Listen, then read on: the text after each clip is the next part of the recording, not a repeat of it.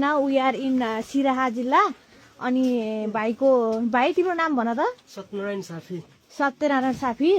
अनि तिमीले के अचिभमेन्ट गर्यौ भन त ए मतलब मैले स्कलरशिप एमबीबीएस मा नाम निकाले कुन ठाउँमा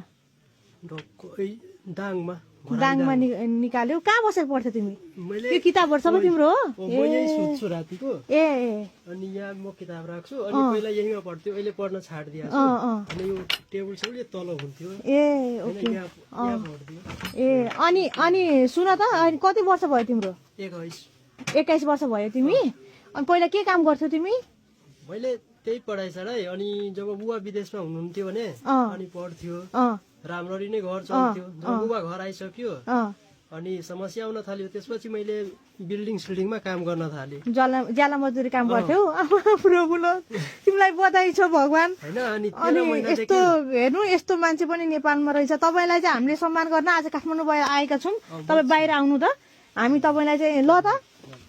चाहिँ भाइ यहाँ सत्यनारायण साफी भन्ने भाइ हुनुहुन्छ जसले चाहिँ एमबीबीएस मा फुल स्कलरशिपमा हैन फुल स्कलरशिपमा चाहिँ नाम निकाल्नु भएको भाइ हुनुहुन्छ ल त हामीले चाहिँ उहाँलाई चाहिँ सम्मान गर्न गइरहेको छौं आऊ साथी भाइ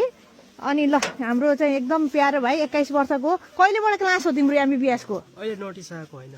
कहिले अहिले नोटिस आएको छैन कहिले आउँछ त्यो ल्याउन हैन खोइ त उहरू ल्याउनु न कस्तो हाम्रो उपाध्यक्षहरू त हे तेरिका ल तपाईहरुले ल ल यो निकाल्नु मिल्छ